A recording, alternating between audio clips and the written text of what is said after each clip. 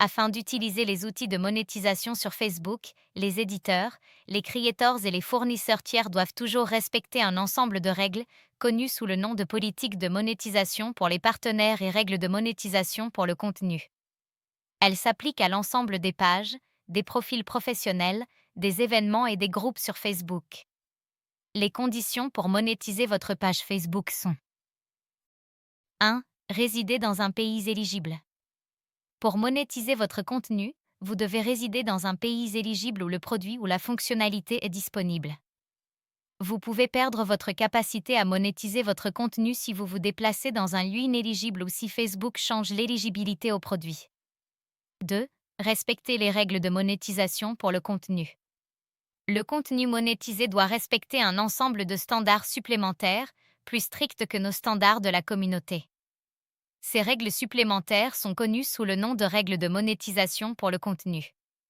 Elles contiennent davantage de restrictions concernant le contenu en lui-même et les formats sous lesquels il peut être présenté. 3. Développer une présence établie.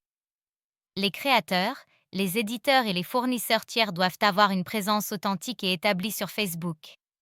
Cette présence doit être établie depuis au moins 30 jours pour que le contenu soit éligible à toutes les fonctionnalités de monétisation.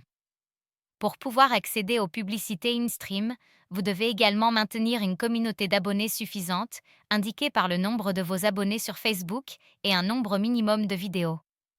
4. Monétiser des interactions authentiques. Les créateurs, les éditeurs et les fournisseurs tiers peuvent uniquement monétiser le contenu consommé par leur audience naturelle et authentique.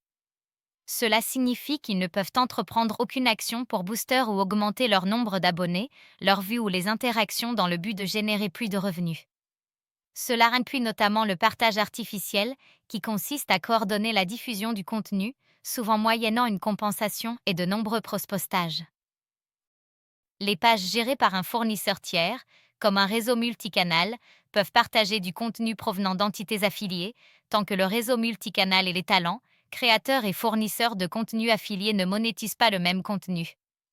Les créateurs, les éditeurs et les fournisseurs tiers peuvent ne plus être autorisés à monétiser leur contenu si leur audience comporte une part significative de fausses interactions, incluant, entre autres, les mentions j'aime, les followers et les vues. 5. Partager du contenu authentique. Les créateurs, les éditeurs et les fournisseurs tiers qui publient du contenu marqué en tant que fausses informations peuvent être inéligibles ou perdre leur éligibilité à la monétisation. Pour en savoir plus à ce sujet, consultez cette page. Les créateurs, les éditeurs et les fournisseurs tiers qui partagent des pièges à clics ou des contenus sensationnalistes peuvent être inéligibles ou perdre leur éligibilité à la monétisation. Pour en savoir plus à ce sujet, consultez cette page. 6. Partager du contenu original. Les créateurs, les éditeurs et les fournisseurs tiers peuvent uniquement monétiser du contenu qu'ils ont créé ou contribué à créer, ou dans lequel ils sont directement présents. Aucun contenu non original ou reproduit sans apporter d'amélioration significative, commentaires, parodies, modifications créatives, etc., ne peut être monétisé. Le contenu provenant d'une entité affiliée et distribué par des fournisseurs tiers, comme des réseaux multicanaux ou des agences spécialisées dans les médias sociaux, peut être considéré comme du contenu original.